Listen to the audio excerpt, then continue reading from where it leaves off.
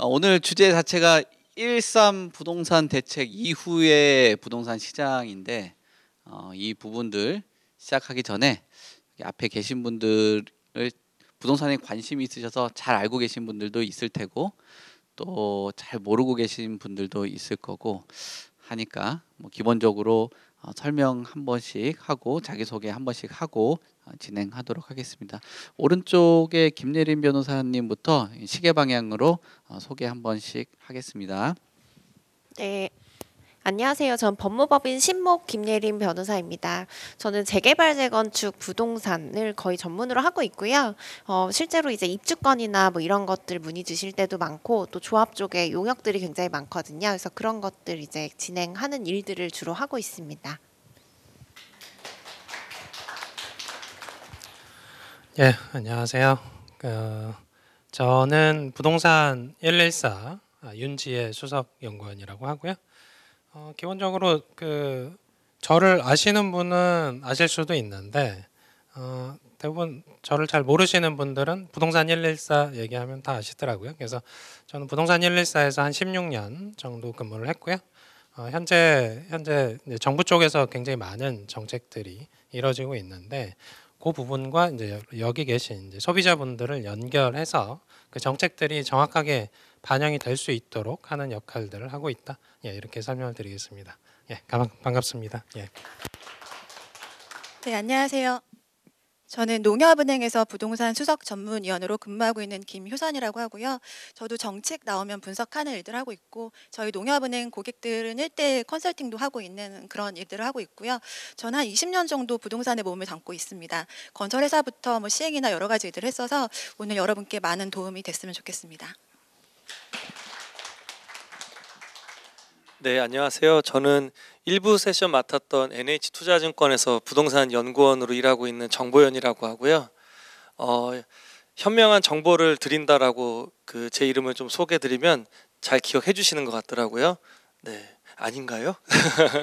네, 어떻게 하다 보니까 같은 NH 계열사에 있는 김효선 위원님이랑 같이 오게 됐는데 저도 마찬가지로 시장 리서치 업무하고 고객 컨설팅 업무하고 있습니다. 그래서 오늘 와주신 분들처럼 개인 고객이나 아니면 법인 고객에 대한 부동산 고민을 좀 해법 찾아드리는 역할을 좀 하고 있습니다. 네, 반갑습니다. 누가 오래 했냐고 막 15년, 16년, 막 20년 서로 얘기하네요. 네, 재밌습니다. 근데 그만큼 나름의 오랜 시간 동안 시장을 관찰했다라는 것들을 잘 참고를 해주시면 좋을 것 같아요. 몇 년 동안 워낙 부동산 시장이 화랑이다 보니까 약간 인스턴트 같은 정보를 많이 접했잖아요. 유튜브를 통하던 여러 가지 글을 통하던 책을 통하던 그거보다는 이제는 선별적인 정보를 취합을 하시고 집을 장만을 한다든지 또는 투자를 하는 그런 시기가 도래를 했으니까 아무래도 여기 오랫동안 숙성된 전문가들께서 주는 의견들 잘 접하시면서 가셨으면 좋겠습니다. 이분은 질문보다는 전체적인 부동산 시장이라든지 동향 같은 거를 짚어보고 갈 것 같아요. 저희의 주제 자체가 우선적으로는 1.3 부동산 대책이니까 소개한 순서대로 우리 1.3 부동산 대책의 특징이라든지 본인들이 보고 있는 시각 안에서 이게 어떤 긍정적인 효과라든지 동향이 어떻게 될지 이런 내용들 한번 짚어보면서 여러분들한테 정보를 제공하는 그런 차원에서 접근을 한번 해보도록 하겠습니다.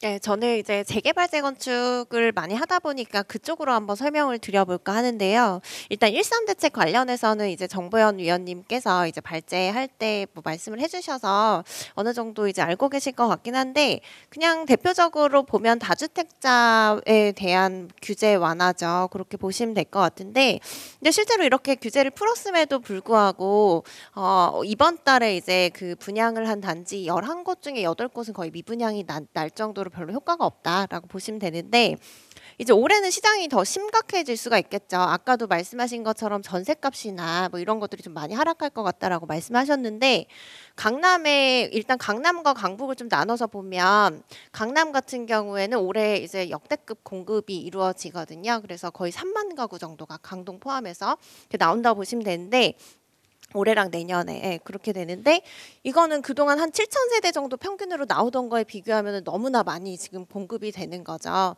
거기다가 이제 분양권 그 실거주 의무 폐지라던가 그리고 아까 말씀하신 토지거래허가구역 해제되고 이렇게 되면은 그 전세 물량이 너무 많아질 수밖에 없게 되는 거예요. 그렇게 됐을 때 이제 전세값이 떨어진다. 그러면 이제 그 전세값을 돌려주기 위해서 떨어진 전세 보증금을 돌려주기 위해서 임대인은 또 매매 시장에 집을 내놓을 수밖에 없는 그런 구조가 되니까 이제 그 전세값이 결국에 매매 가격 하락으로 이어지게 되는 거죠. 거기다가 지금 강북 쪽을 보면은 전세 사기 진짜 많이 들어보셨을 거예요. 그래서 이제 전세에 들어가는 게 좀 무섭다라고 생각하시는 분들이 굉장히 많아지신 것 같고 실제로 그게 전세 수요 좀 이탈이 이루어지는 것 같아요. 그래서 월세나 반전세로 돌리시는 분들도 많고 그리고 아까 말씀하신 것처럼 이제 그 전월세 그 전환율이 사실 이 금리보다 지금 낮기 때문에 계속 월세로 좀 전환이 많이 되고 있거든요. 그래서 이런 월세 수요가 증가하고 전세 수요가 좀 하락하는 그런 부분들이 또 영향을 미쳐서 강북 쪽에서도 사실 전세값 하락이 이어질 수밖에 없다라고 보시면 될 것 같고요. 결국에 이렇게 되면 매매 가격 하락으로 또 이어지게 되는 그런 문제들이 생기는 거죠. 근데 이제 시장에서 이런 부분들 매매값이 계속 떨어지고 전세값이 떨어지고 그리고 미분양 물량이 계속 증가하고 있기 때문에 사실 웬만한 규제 많이 풀었음에도 불구하고 그래서 이런 것들이 미분양 물량 해소가 지금 뭐 그 좀 잘 되고 있다고 보긴 좀 어려운 상황인 것 같아요. 그래서 지금 6만 가구 정도로 좀 미분양 물량이 쌓여서 작년 하반기에 보면은 그래서 지금 위험 수위를 넘어섰다라고 보고 있고 그리고 이제 그 최근에 올해 들어서만도 1만 가구 증가했다고 하니까 굉장히 미분양 물량이 계속 쌓여가고 있거든요. 그래서 이제 재건축 시장을 한번 보면 그동안은 굉장히 이제 규제가 많았었어요. 근데 이제 재건축 수익성을 가장 많이 떨어뜨리는 게 분양가 상한제랑 재건축 초과이익 환수제거든요. 근데 이거 관련해서는 사실 그렇게 개편이 이루어지지는 않았어요. 그래서 규제 완화나 이런 것들이 없었기 때문에 뭐 이런 것들이 사실 좀 풀려야 그 미분양 물량 해소도 되고 좀 주택 경기 재건축 시장이 좀 좋아지지 않을까라는 생각이 드는데 그 얼마 전에 기사에서 보셨을 수도 있는데 부산의 삼익비치 같은 데에는 지금 추가 분담금 7억 나온다고 하더라고요. 그래서 이게 재건축 부담금이나 이런 것들 고려했을 때는 사실 너무 부담이 되는 거죠. 재건축을 하기에. 그래서 이제 재건축 부담금을 줄여주면 사실은 재건축 수익성이 좀 높아질 수 있는 부분이 있어서 좀 활성화가 될 수 있다라고 보고 있고 그래서 이제 실제로 이게 재건축 초과이익 환수제를 좀 완화해야 될 필요가 있는 거는 강남 같은 데는 지금 차라리 그럼 1대1 재건축하자라고 해서 많이 하고 있거든요. 그렇게 되면 이제 그 주택 공급에도 또 영향을 미치게 되는 거죠, 향후에는. 그래서 이제 그 재건축 부담금을 좀 줄여서 그래서 재건축 수익성을 좀 높이는 방향으로 가야 된다라고 보고 있는데 근데 실제로 이게 재건축 초과이익 환수제가 일부 개편이 된 것도 지금 국회에서 아예 그냥 심의 자체가 열리고 있지 않을 정도로 뭐 그 좀 진행 속도가 떨어지고 있거든요. 그래서 이런 것들 좀 개선해야 될 것 같고 또 이제 최근에 문제가 많이 되는 거는 공사비 증액 둘러싸고 이제 자재값이나 금리 인상이나 이런 게 많이 되다 보니까 시공사랑 조합 간의 갈등이 굉장히 많아요. 그래서 이런 것들도 사실 그 공사비를 올려주게 되면 조합 쪽에서는 그러면 수익성이 떨어지니까 사실 이게 쉽지는 않거든요. 근데 이제 재건축 부담금 완화 뭐 이런 것들로 좀 이제 그 수익성을 높여주면 그러면 공사비 갈등이나 이런 것들도 좀 많이 해소가 될 수 있을 것 같습니다. 네, 재건축 관련돼 가지고 이야기를 잘 주실 것 같은데 또 윤지혜 위원 같은 경우는 또 리서치를 많이 하고 있으니까 또 최근에 미분양 관련된 이야기들 함께 같이 주시고 하시면 좋을 것 같습니다. 예, 뭐 정부가 원래 계획하고 있던 그 노선이 있었어요. 그러니까 작년 5월에 출범한 정부인데 사실 5월부터 한 1단계 조치들을 빠르게 진행을 했었고 원래 예정돼 있는 거는 올해 한 6월까지 해서 3단계 조치, 취득세와 관련된 부분이나 혹은 이제 다주택자 혹은 대출 규제 완화하는 이런 부분들을 원래 올해 상반기 중에 건드리는 계획상에 있었습니다. 근데 그게 이제 말씀하신 것처럼 미분양이 급속도로 증가하는 패턴들이 나타나면서 거래는 또 안 되잖아요. 그러다 보니까 정부가 1.3 대책을 내놨고 13 대책은 이제 국토부 사실 업무 보고 내용에서 발췌가 된 내용인데 거기서 이제 정부가 천명한 것들이 있습니다. 지금의 그 경착륙 혹은 부동산 시장 쪽에서의 위기 이런 것들을 연착륙하겠다 선언을 했고요. 그리고 지금의 거래 시장은 정상이 아니다.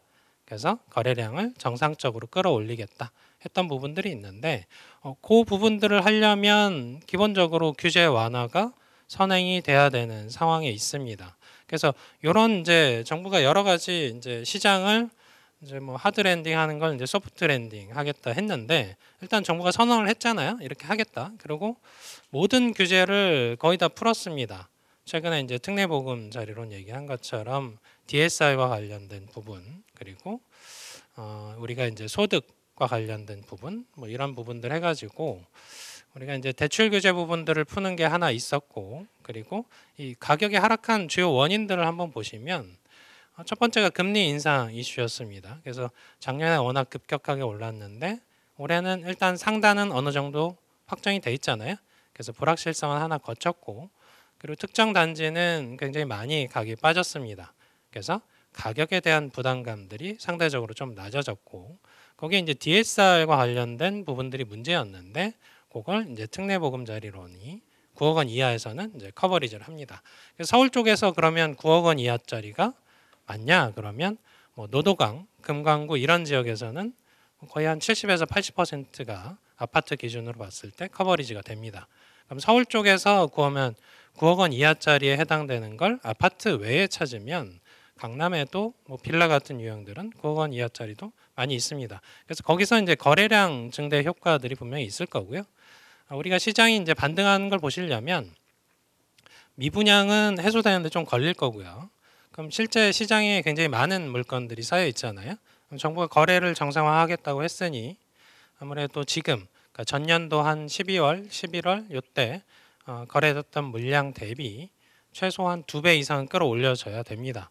그러면 시장의 급매물 해소하는 과정을 상반기 정도로 보고 있고요. 그게 해소가 돼야 신축 쪽에서의 미분양도 해소가 될 수 있다. 이렇게 볼 수 있으면 상반기 중에 어떤 의사결정에 대한 고민들은 좀 치열하게 하셔야 되는 시기지 않나 싶고요. 만약에 이제 국회에서 그 더불어민주당에서 동의를 안 해줘서 시장이 경착륙을 하게 되면 그 화살은 더불어민주당이 다 덮어 써야 되는 그런 상황이면서 동시에 이제 내년에 이제 총선이 있잖아요. 그러다 보니까 아무래도 야당도 어느 정도 협조를 하면서 갈 수밖에 없는 그런 국면이라고 할 수가 있습니다. 그래서 저는 기본적으로 정부가 연착륙하겠다 선언한 그 시그널이 일단 13 대책으로 나왔다고 보고 모든 규제를 풀 수 있는 사실 선언적인 부분들을 했기 때문에 정책적인 부분들에 대한 정부의 이런 인허가권자로서의 권능 이런 부분들을 고려한다면 실제 연착륙될 가능성이 높아졌다. 그러니까 하반기에는 사실은 반등의 여지도 분명히 있다 관점에서 시장을 보시면 좋을 것 같습니다. 예. 네, 좋은 말씀 감사합니다. 김효수 의원 또 뭐 13 대책 이후에 효과라든지 어떤 방향 뭐 또는 시장의 변화 뭐 이런 것들 한번 의견들 주시면 좋겠습니다. 예. 네, 지금 윤주혜 의원님께서 말씀하신 것처럼 이제 지난 정부가 5월에 이제 정부가 바뀌었는데요. 그때 처음에는 사실 연착륙을 위해서 정책의 완화를 생각보다 속도 조절을 하겠다고 해서 굉장히 생각보다는 천천히 규제 완화가 됐었습니다. 근데 13 대책 이전에 전년도 12월 달에 2023년 경제 정책 방향성에서 이미 다주택자에 대한 여러 가지 전면적인 규제 완화의 예고가 있으면서 사실 이제 규제 완화의 속도를 좀 높이겠다는 시그널을 줬었는데요. 우리 13 대책을 크게 두 가지로 나눠 보면은 전년도 나왔던 다주택자를 시장에 참여시키겠다고 하는 거는 수요를 좀 확대시킨다는 의미라고 본다면 13 대책에서는 전면적인 규제 지역의 확대가 있었잖아요. 그래서 이제 시장 참여자들이 살 수 있는 대상을 확대했다고 볼 수 있고요.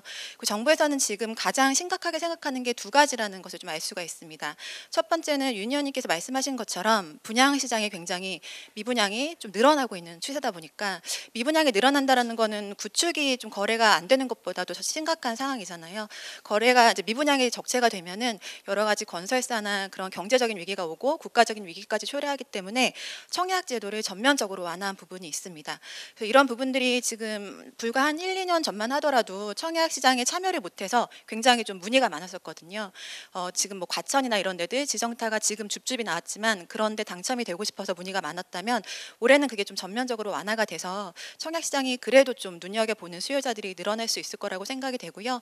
그리고 거래가 안 되고 분양이 안 되는 가장 큰 이유가 지금 일단 첫 번째로는 금리라고 꼽을 수가 있잖아요. 지금 발제하신 내용에도 금리에 대한 얘기가 많았었는데 기준금리가 계속해서 그래도 올해는 고금리가 유지가 되겠지만 대출금리가 조금씩 완화가 되고 있고요. 그리고 가장 좀 올해 잘했다고 생각되는 상품 중에 하나가 특례 보금자리론 상품인데 이런 부분들이 이제 수요자들로 하여금 금리에 대한 불확실성을 어느 정도는 좀 제거할 수 있다라고 볼 수 있는 부분입니다.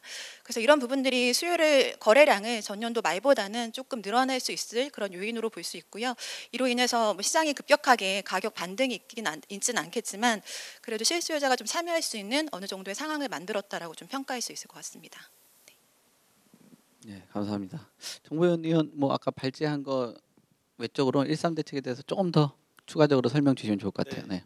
아까 발제 때도 말씀을 드렸었고 이제 앞서서 이제 뭐 변호사님 뭐 이제 연구원님, 위원님 이제 말씀해 주셔가지고 이제 중복되는 내용은 좀 저는 거르도록 하고 그냥 간단하게 그 13 대책에 대해서 좀 말씀을 드리면 사실 이제 정부가 그 이제 규제 완화를 모토로 걸고서 그 항상 말미에 나왔던 이제 그 전미사가 뭐였냐면 시장 상황을 보면서 단계적으로 그리고 순차적으로 대응해 나가겠다라는 거였거든요. 그런데 비해서 작년 시장은 금리가 시장을 굉장히 지배를 했었잖아요. 그러니까 정책 완화 속도가 그 금리 인상 속도를 사실 따라가지 못했습니다. 그러니까 금리는 계속 자이언트 스텝, 뭐 울트라 스텝 얘기 나오고 있는데 규제 완화는 자꾸 순차적, 뭐 단계적 베이비 스텝만 갔었거든요. 근데 요번에 13 대책은 정책으로 치면은 나름의 자이언트 스텝이었다라고 좀 생각이 되는 거죠. 이게 바로 참여자들이 반응 안 하겠지만 앞서서 이제 뭐 연구원님들 말씀해 주신 것처럼 이제 치열하게 이제 고민을 좀 하겠죠, 참여자들이. 그리고 나서 이제 어떤 액션에 움직일 텐데 일단 정부는 할 수 있는 그 여건을 조성해 줬다라는 점에서 큰 힘이 있다라고 보여집니다. 일단 거래가 너무 좀 안 돼서 뭐 투자를 떠나서 일단 이동이나 이주 자체가 어려웠던 시장에서 좀 거래를 정상화할 수 있게 어떤 토대를 만들어 놓고 좀 기다리는 거죠, 상황을. 이런 측면에서는 굉장히 좀 좋았다라고 좀 생각이 되고 있고 이제 작년부터 하나씩 이렇게 풀었던 이제 규제 완화들이 이제 누적이 돼서 어느 정도 이제 정책 효과가 나오는 시점이 올해 안에 좀 있을 것으로 저도 좀 생각을 좀 하고는 있습니다. 이렇게 좀 저는 정리하겠습니다. 네, 지금 13 대책 관련돼서 이야기 드린 것 같은데 지금 거래 시장에 뭐랄까 조금 더 활력을 주기 위해서 지금 수요 측면을 일정하게 좀 건들고 있는 그런 상황이거든요. 수요 측면으로 보면은 거래를 할 수 있는 환경하고 뭐 대출을 받을 수 있는 이런 환경들, 그러니까 금융에 대한 규제 또는 어떤 정책 금리 뭐 이런 것들이 적극적으로 좀 개입이 되려고 하는 상황인데 뭐 지금 김효선 위원께서 말씀하셨던 특례 보금자리론 같은 경우가 사실 조금 비평을 받았어요. 이게 뭐 시장의 금리하고 별 차이가 없다. 거의 뭐 최대 한 5% 정도 되는 이 금리를 가지고 이 집값을 떠받치라는 거냐라는 비판을 좀 받다 보니까 한 0.5% 정도 인하를 했어요. 그러다 보니까 이 인하된 금액하고 또 제가 보도된 내용 보니까 R114에서 제공했던 그 어떤 뭐랄까요, 뭐 주택의 가격 유형들 보니까 25개구 중에서 12개구 정도는 9억 이하의 주택 비율이 상당히 많더라고요. 노원구 같은 경우 한 80% 이상 정도 되고. 그래서 제가 뭐 여기 계신 분들한테 질문을 드리고 싶은 거는 우선 금융적인 얘기다 보니까 김효선 위원님께 말씀을 드리면 이 특례 보금자리론이 어떤 시장에 조금 뭐 수요자들이 내 집 장만을 하는데 도움이 될 수 있을지 요 내용 좀 여쭤보고 그다음에 정보현 위원님도 뭐 그 부분에 대해서 같이 좀 대답을 좀 주셨으면 좋겠습니다. 네, 일단 특례보금자리론이 1월 30일 날 이제 오픈을 했는데 저도 아침부터 접속을 했었거든요. 근데 이제 좀 로딩이 많이 걸릴 정도로 처음에 접속자가 굉장히 많았던 건 사실이고요. 처음에 특례보금자리론이 나왔을 때는 저금리를 좀 모토로 그 홍보를 했었는데 사실 특례보금자리론은 가장 큰 게 아까 말씀해주신 중도 상한 수수료가 없다는 부분이랑 그리고 DSR에 해당이 안 되는 거 그리고 고정금리로 계속적으로 지속된다는 거를 좀 주목해야 될 것 같아요. 그러니까 물론 지금 대출금리가 좀 올해는 완화할 그런 기조가 있지만 특례보금자리론에서 다른 대출로 갈아탈 때는 수수료가 없잖아요. 근데 이제 기존 대출을 활용할 때는 대부분 수수료가 0.2에서 2% 정도 있을 수 있거든요. 그래서 지금 이제 내 집 마련을 해야 된다거나 잔금 대출을 앞둔 분들은 특례보금자리론을 좀 주목해 볼 필요가 있을 것 같고요. 실제로 저희 고객들도 문의도 많이 하고 신청도 많이 한 그런 상황입니다. 예, 그 보금자리론 앞에 이제 특례가 붙어서 나와가지고 그 뭐 우리 송 대표님 이제 말씀해주신 것처럼 이게 좀 다른 시그널로 좀 비평을 받는 부분이 아마 그 예전처럼 이제 그런 빚내서 집 사라는 거냐 시즌 2 버전으로 이제 좀 얘기들이 나오고 있는데 저는 그 부분에 대해서는 크게 우려하진 않습니다. 왜 그러냐면 그 사실 뭐 지금 같은 현재 같은 상황에서 그 대출을 해줄 테니까 집 사라고 해서 집 사는 사람들이 생각보다 많지는 않을 거예요. 그리고 7조 원이 나갔지만 이 중에 대부분은 그 대환 목적도 많이 있을 거고요.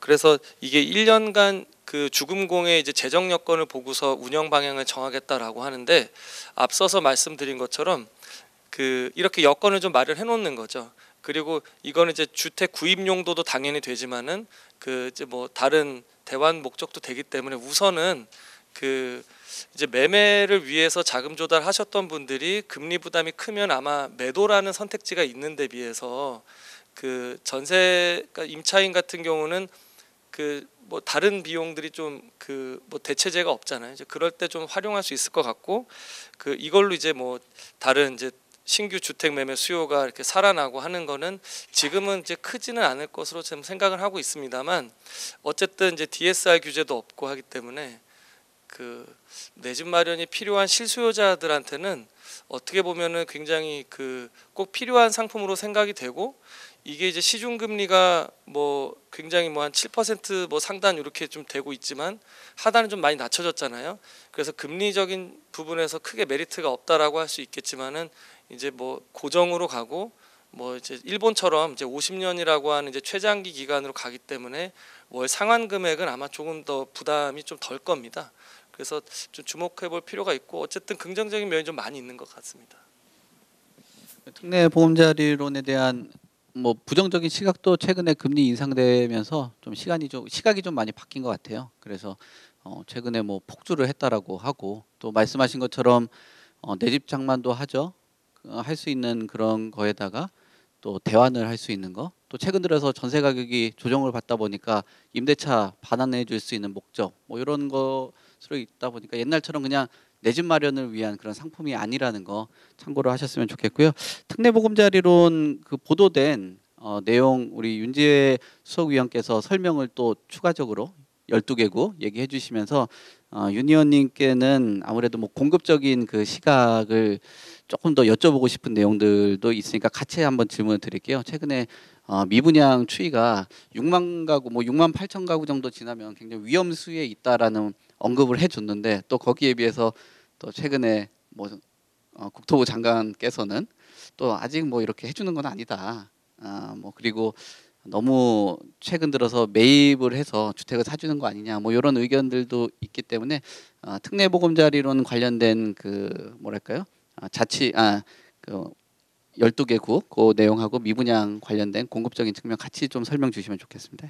예, 뭐 9억 원이라는 그 기준선을 중심으로 이제 저희가 가지고 있는 데이터들을 풀어서 설명을 한 보도 자료가 있고요. 뭐 저희 홈페이지에서도 확인하실 수가 있고, 그래서 이제 9억 원이 커버리지하는 수준이 어느 정도 수준이냐를 제가 이제 분석을 해놓은 건데 보시면 일단 서울 쪽을 제외한 나머지 지역들은 다 커버리지합니다. 그래서 경기 인천권역부터 해서 뭐 세종시부터 뭐 부산, 뭐 부산의 뭐 특정 지역은 커버를 못하겠죠. 다만 이제 전반적으로 평균적으로 봤을 때 전국에 위치한 아파트의 80%를 커버리지 하고요. 서울 쪽에서는 노도강, 금강구 이런 강북권역에 위치한 곳들까지 하면 뭐 웬만하면 한 40에서 한 80% 정도 커버합니다. 그럼 강남 쪽은 이제 아파트 기준으로 보면 당연히 커버가 안 되고요. 다만 아까 설명드린 것처럼 이건 아파트 기준에서 80%를 커버하기 때문에 비아파트 상품 유형으로 가게 되면 강남 쪽까지 커버를 합니다. 그래서 우리가 어떤 거래량이 정상화되는 과정에서 보시려면 일단 9억 원 이하에서 거래가 그래도 이제 활발하게 진행될 여지가 생겼잖아요. 그러면 9억 원 이하에서 어떤 거래가 일어나면 그 거래한 분은 상향 이동에 대한 욕구도 생깁니다. 그러면 주거 이동 차원에서 9억 원짜리를 팔았다고 해도 그분은 사실 상향 이동하면서 지금 15억 이상 대출 규제도 풀렸잖아요. 그래서 여유가 되시는 분들은 강남 쪽으로 이제 또 상향 이동하시는 그런 케이스들이 생기면서 거래량은 상반기에 끌어올려질 가능성이 굉장히 높아졌다. 단순히 이제 1.3 대책으로 끌어올려지는 게 아니고요. 거기에 이제 얼버무려지는 특례 보금자리 이론이 상당한 작동을 할 가능성이 높아져 있는 환경이다. 근데 우리가 대출 받을 때 항상 불만은 두 가지였잖아요. DSR 때문에 안 돼. 금리가 너무 높아. 이 두 가지였잖아요. 그걸 무력화시킨 게 특례 보금자리론이다. 이렇게 설명을 할 수가 있고요. 그리고 미분양과 관련된 부분을 설명을 드리면 근 한 20년 사이에 미분양 평균치는 한 5만에서 한 6만 채가 평균입니다. 그래서 우리가 그 재작년이죠. 미분양이 역대 최저였잖아요. 그런 시장은 굉장히 과열된 시장. 사실 정상이 아닌 거죠. 그러니까 물건을 뭐 100개를 내놨는데 100개가 다 팔리는 뭐 그런 시장이었다면 사실은 작년부터는 뭐 100개 내놓으면 인기 없는 데는 좀 덜 팔리는 그런 구조로 가고 있습니다. 그래서 그 미분양을 상승기와 하락기를 따로 놓고 비교해서 보시면 보통 한 5만에서 5만 채 수준에서는 가격이 꾸준히 올랐어요. 그런데 지금 6만 8천 채 됐잖아요. 그럼 이제 지역별로 좀 세분화해서 보면 수도권에서 한 10,000채 정도 있습니다. 크게 문제가 되진 않습니다. 둔촌주공이 몇 세대죠? 한 12,000세대 되죠? 그래서 그건 이제 일개 단지의 규모로서는 굉장히 큰 규모긴 합니다만 수도권 전체에서의 10,000세대 그 미분양은 사실 적정 수준에서 미분양이 있다 정도로 평가하시면 되는데 우리가 그 주택에 대한 수요를 보실 때 보통 가구 단위로 보잖아요. 수도권이 1,000만 가구 정도 되고 지방이 한 1,000만 가구 정도 됩니다.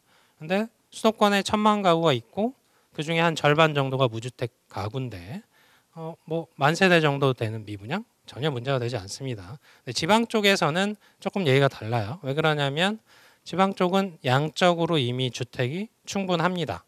특정 지역 빼고 뭐 예를 들어서 부산에 뭐 인기 있는 지역 혹은 세종시 이렇게 인구가 많아지는 지역들 빼고는 웬만하면 양적으로 다 충족을 했어요. 그런데 미분양이 5만 채가 있으면 요거 해소하는데 상당한 시간이 걸리고요. 그리고 1.3 대책에서 우리가 비규제 지역으로 서울 4개구 빼고는 싹 다 풀었잖아요. 그러면 서울 수도권도 비규제 지역인데 도시주택 강원도에 가서 왜 투자를 해야 되나 뭐 이런 생각이 들게 됩니다. 그래서 강원도나 제주도 같은 데가 사실은 비규제 지역에 대한 이익을 봤다면 그건 지난해까지였고요. 올해부터는 오히려 수도권이 규제 지역에서 풀리면서 오히려 피해를 볼 수도 있는 그런 지역이 됐다. 그래서 만약에 이제 지방에 가서 투자를 하신다 그러면 뚜렷한 개발 호재가 있거나 뚜렷한 교통 호재가 있는 지역 빼고는 사실은 피하셔라라고 설명을 드릴 수밖에 없는 환경입니다. 왜냐하면 수도권에도 좋은 거 많거든요. 그런 관점에서 시장을 보시면 될 것 같고요. 그래서 미분양은 6만 8천 채에서 뭐 한 8만 채 넘어가고 이러면 사실 장기 침체로 가는 신호가 되는데 거기까지 가기 전에 일단 상반기에 기존 시장에서 거래량은 좀 늘어날 여지가 커졌기 때문에 일정 수준에서는 사실은 방어가 좀 되지 않을까 싶습니다만 지방은 좀 주의하셔라. 특히 대구, 경북은 울산까지 좀 주의하실 필요가 있다. 이렇게 보시면 될 것 같습니다. 예. 네, 미분양 관련돼서 뭐 예전보다 뭐 그렇게 높은 수치는 아니다라고 언급을 주신 것 같습니다. 김 변호사님께서 말씀을 드리면 뭐 변호사님께서도 뭐 공급적인 측면을 말씀드리면 이렇게 미분양이 늘어나고 있는 시장 환경에 재건축들이 사업들을 하게 되잖아요. 그러니까 가격이 너무 높으면 요즘 분양성이 좀 떨어진다라는 얘기들을 하고 있는 가운데 이게 분양가가 올라가는 이유 중에 하나가 뭐 건축비가 자꾸 증액이 되다 보니까 분양가가 올라가는 요인도 있는데 최근 들어서 이 재건축 시장의 건축비 이슈 이게 어떻습니까? 실제 그 사업장마다 좀 이슈가 되고 있는 그런 사안인지 그 문제들 때문에 앞으로의 뭐 분양 시장 특히나 재건축 시장에 어떤 문제가 생기거나 또는 뭐 공급 속도가 안 날 수 있는지 뭐 그런 거 같이 말씀 주시면 좋을 것 같아요. 네, 그 실제로 자재값이 굉장히 많이 인상이 되고 그리고 금리 인상 뭐 이런 것들 때문에 시공사 입장에서는 지금 기존에 공사 계약된 단가로는 그 공사를 할수록 손해가 되는 그런 상황이에요. 그러다 보니까 둔촌주공에서 보신 것처럼 이제 공사비 증액 관련해서 공사가 거의 중단되는 사업지도 몇 개 나오고 있거든요. 근데 둔촌주공에서는 사실 심각했죠. 왜냐하면은 공정률이 50% 정도가 됐었는데 이제 공사 중단이 돼버렸으니까. 근데 거기서 보셨으면 사실은 조합과 시공사 다 공사를 그냥 진행하는 게 좋기는 한데, 근데 이제 조합이 상대적으로 굉장히 불리한 입장이었다라고 보시면 되고, 결국에는 둔촌주공 같은 경우에도 조합원 1인당 추가 분담금 거의 2억 가까이 늘어나면서 종결됐거든요. 공사만 지연되다가. 그리고도 지금 현재도 아직 그 공사비 갈등이 완전히 봉합된 상태는 아니라서 또 이제 좀 약간 우려는 있죠. 그리고 이제 최근에 공사비 관련해서 또 문제가 된 데는 레미안 원베일리 들어보셨을 것 같아요. 그래서 거기서도 이제 공사비 증액 관련해서 거기는 이제 삼성물산이죠. 지금 시공사가. 근데 삼성물산에서 2,500억 정도를 이제 설계 변경이니 뭐니 뭐 이런 것들로 이제 좀 올려달라고 했는데 거기는 이미 일반 분양이 다 끝나버린 데예요. 그렇게 되면은 조합원 추가 분담금으로 다 납부할 수밖에 없어서 2,500억을 올려준다라고 하면 그냥 단순히 계산하면 조합원이 한 2,500명 정도 되거든요. 그래서 한 1억씩 또 올려줘야 되는 그런 문제들이 생기는 거죠. 근데 이제 이제 공사비 증액을 사실 이제 시공사가 당당하게 요구할 수 있냐? 그거는 좀 아니에요. 왜냐하면 기존에 공사 도급 계약이라는 걸 다 체결해 놨잖아요. 그럼 거기에 따라서 공사 단가가 이미 정해져 있는 건데 시공사 입장에서도 계속 손해가 되니까 계속 이제 그 우월한 지위를 이용해서 공사비 증액을 요구를 하는 거죠. 그리고 그게 또 이제 시공사 입장에서는 또 합당해 보일 수도 있어요. 갑자기 자재값이 너무 많이 올랐고 비용들이 많이 올랐는데 주택 경기는 또 좋지가 않다 보니까 이제 그럴 수가 있는데, 그래서 그런 것들로 실제로 이제 레미안 원밸리 같은 경우에도 거의 막 공사가 중단되네 만에 뭐 이렇게 얘기가 많이 나오고 있고, 신반포 4차나 뭐 이런 데들도 공사 거의 뭐 지연이 많이 되고 있고, 또 빨리 이제 이미 아직 분양을 안 한 데들은 분양이 언제 될지 모르는 계속 입주가 지연되는 뭐 그런 일들이 계속 발생하고 있기 때문에 사실 이제 재건축 재개발 시장에서는 이 공사비 둘러싼 분쟁이 굉장히 많이 발생할 수밖에 없다. 그래서 이제 이거에 따라서 이제 분양 일정이나 이런 것들도 많이 미뤄지고, 사실 시공사나 조합 입장에서도 이미 이주가 끝나고 분양이 맞춰진 뭐 이런 데들은 금융 비용이 계속 들어가기 때문에 뭐 무작정 계속 지연시킬 수는 없거든요. 근데 그렇지 않은 경우에는 사실 좀 기다렸다가 분양하는 게 또 이득이 될 수가 있기 때문에 좀 이제 분양 시기를 조절하는 면도 있기는 있어요. 그래서 이제 아까 말씀드린 것처럼 재건축 초과이익 환수제 같은 것들, 이런 것들, 분양가 상한제 뭐 이런 것들 뭐 완화하거나 폐지해서 수익성을 좀 높여주면 그래도 어느 정도 이제 공사비가 좀 합리적으로 좀 조합과 시공사 간에 합의가 이루어질 수 있는 여지가 있다라고 보고 있어요. 네. 네, 공급적인 측면도 그렇고 지금 수요자 측면도 조금 예전보다는 어떤 시장에 수요자들이 접근할 수 있는 환경들이 놓여져 있다라고 보여지는데, 또 모르겠습니다. 지금 이 상황 안에서 집을 많이 갖고 계셨던 다주택자들이 어떤 액션이 일어날지 이 부분도 상당히 올해 큰 뭐랄까요, 좀 관심사 아닌가 생각이 들거든요. 왜냐하면은 지금 작년에 매매 가격이 급격하게 조정을 받다 보니까 그 이슈가 가장 컸다라면 올해는 참 뭐 전세 사기를 비롯해서 전세 가격, 임대 가격이 가장 큰 이슈가 되고, 또 이런 매매 가격이 빠지고 전세 가격이 조정받고 나면 또 하나 이제 전세 가율이 또 붙는 경우들도 생길 수 있거든요. 거기에 최근 들어서 다주택자를 이번 정부에서 보는 시각이 예전하고 좀 다른 시각을 좀 갖고 있는 것 같아서 향후에 다주택자들이 어떤 이런 투자 시장으로 접근을 할 수 있을까라는 그 부분들 한번 그 정보원 위원님께서 다주택자들이 시장에 접근 가능한지, 또 이런 전세 가율에 대한 동향이나 전세 가격에 대한 동향 뭐 이런 것도 같이 한번 짚어주시면 좋을 것 같습니다. 네, 뭐 짧게 말씀드리면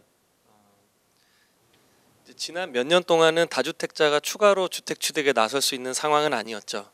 그러니까 주택을 이제 두 번째 규제 지역에서 취득하는 순간부터 이제 취득세가 8%가 붙고 장기 보유 공제 적용 받지 못하고 양도세 중과를 이제 1번 세율에다가 플러스 20에서 3주택은 30% 이렇게 받게 되니까 그때 아마 제가 그 서초구 반포동이랑 이촌동 사례를 한번 드렸었어요. 그래서 한강대우 아파트랑 레미안 뭐 이런 거 갖고 있을 때 이거를 이제 추가로 취득하게 되면 5년 동안 10억이 상승한다 하더라도 파는 순간 마이너스가 돼버립니다. 취득세가 한 2억 얼마 나오고 양도세가 뭐 한 6억 얼마 나오고 하면서 그래서 아까 발제 때 말씀드렸던 대로 그 2020년, 21년의 오버슈팅은 사실은 투자 수요가 아니라 실제 집이 필요하신 분들, 그러니까 규제에서 좀 자유로웠던 무주택자분들이 그 상승하지 못하면 어쩌나라는 그런 불안감과 그 초조함에서 일단은 이제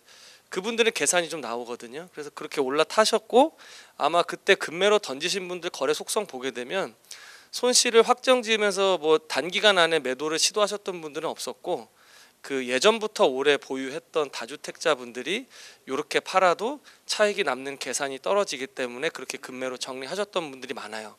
그리고 시장이 좀 연착륙을 하게 되고 지금의 일단 전월세 시장의 안정화를 좀 도모하기 위해서는 뭐 공공에서도 나서곤 있긴 하지만 결국에는 이제 대부분은 민간을 통해서 어떤 임대 시장을 좀 활성화시키고 집을 이제 수요로 하는 층을 좀 높여야 되는 부분이 있는데 이제 주택임대 사업자라든지 아니면 다주택자가 집을 취득하고 보유해서 양도할 수 있게 좀 더 원활하게 좀 가져가면 지금 많이 사실 풀리긴 했거든요.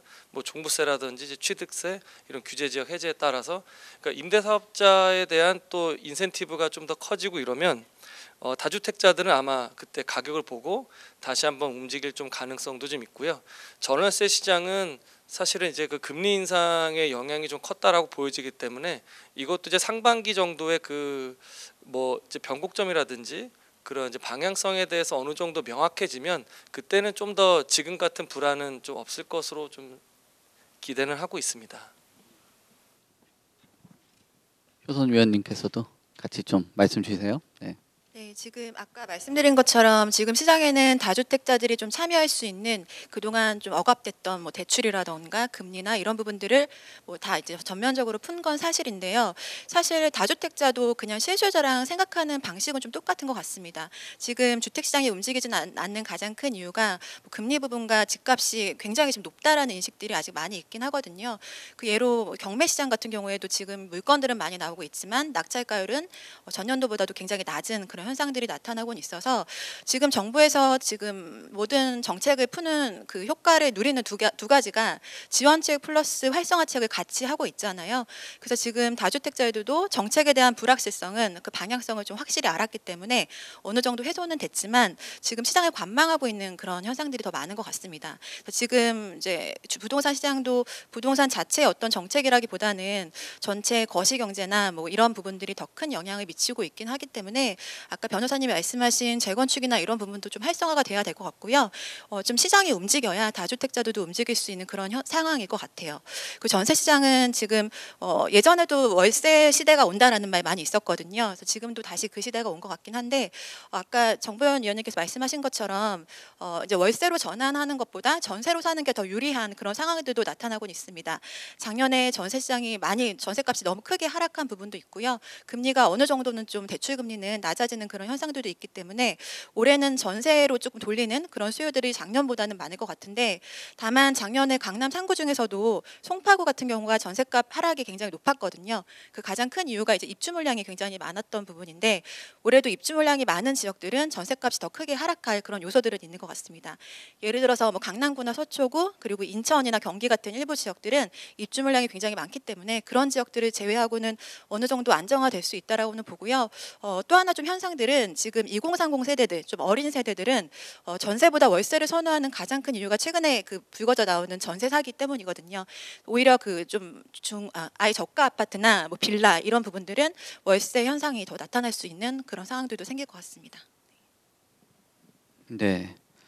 지금 변호사님하고 정보원 위원님 말씀하신 거 인용을 했는데 윤지혜 위원님 거를 인용을 안 하다 보니까 한번 여쭤볼 텐데 위원님께서는 다주택자들의 움직임하고 또 최근에 그 조금 더 붙이면은 청약 제도가 좀 변화가 생기면서 이런 뭐 시행을 하거나 공급자들이 좀 더 적극적으로 시장에 나올 수 있을지 또는 수요자들이 조금 더 이 청약 시장에 관심을 좀 가질 수 있을지 요것도 같이 한번 주시면서 지금 아까 입주 물량 말씀 주셨잖아요. 전월세 시장 요것도 같이 빼놓고 얘기했으니까 한번 좀 껴서 한번 하시죠.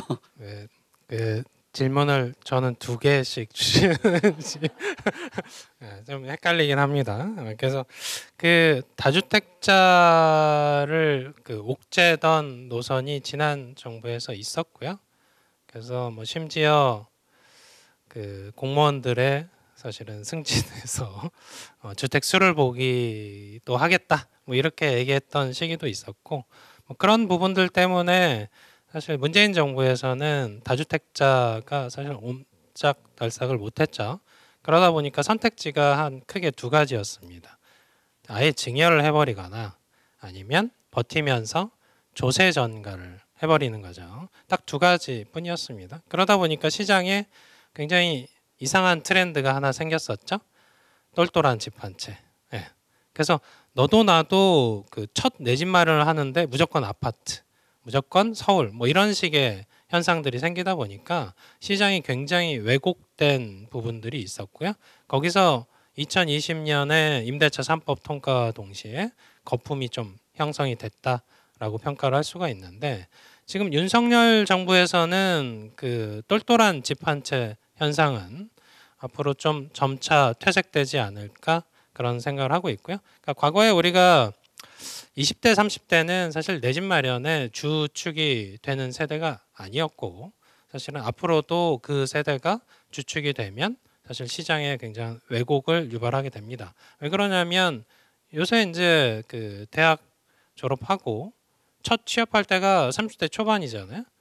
근데 30대가 주축이 된다는 건 사실은 그 시드머니라는 것들이 없는 상태에서 과도한 레버리지를 일으키는 형태도 있고 소득이 좀 적은데 대출을 뭐 부모님 자산을 끌어와서 하는 형태들도 있는데 과거에는 이제 뭐 전세 살다가 나중에 천천히 시드머니를 모아서 내 집 마련하는 그런 경로가 있었고 그 과정에서 은행권의 이제 금리가 높으면 복리 효과도 누리면서 시드머니를 이렇게 만들었다. 그런 과정들이 지금 살아나는 국면에 있다. 그러니까 월급이 소중해지는 그런 시기에 있다. 이렇게 볼 수가 있고요.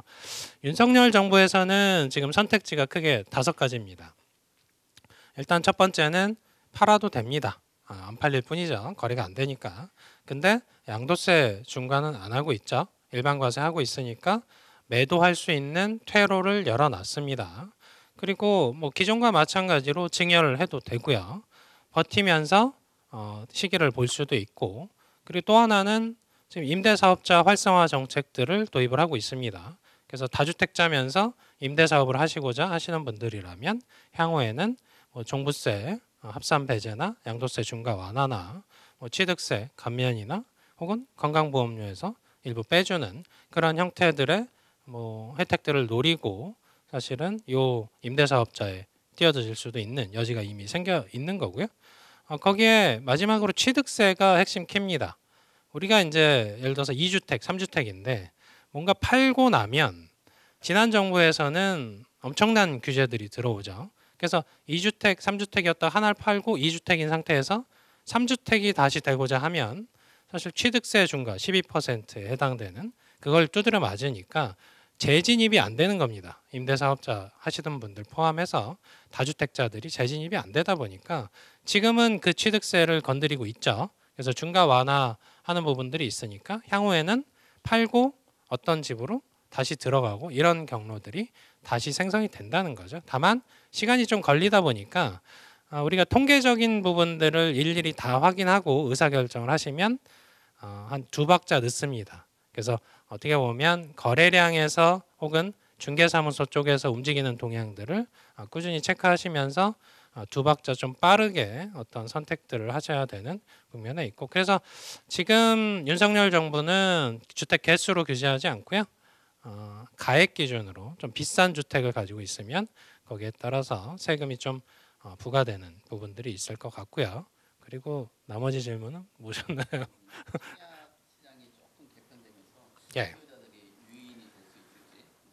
청약 시장의 유인 요소는 딱 하나예요. 사실은 뭐 이것저것 다 뭐 설명돼 있습니다만 분양가가 싸냐, 그거 하나만 보시면 됩니다. 왜냐하면 수도권 우리가 외곽지라고 할 수 있는 뭐 파주에서 어떤 분양을 하는데 분양가가 주변 시세보다 한 20% 싸다.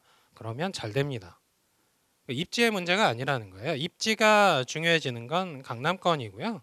강남권에서는 비싸도 사실은 좀 잘 팔리는 시장인 반면에 우리가 비강남권에만 가도 분양가가 일단 비싸면 외면합니다. 사실 저는 그걸 굉장히 합리적인 시장으로 보고 있고요.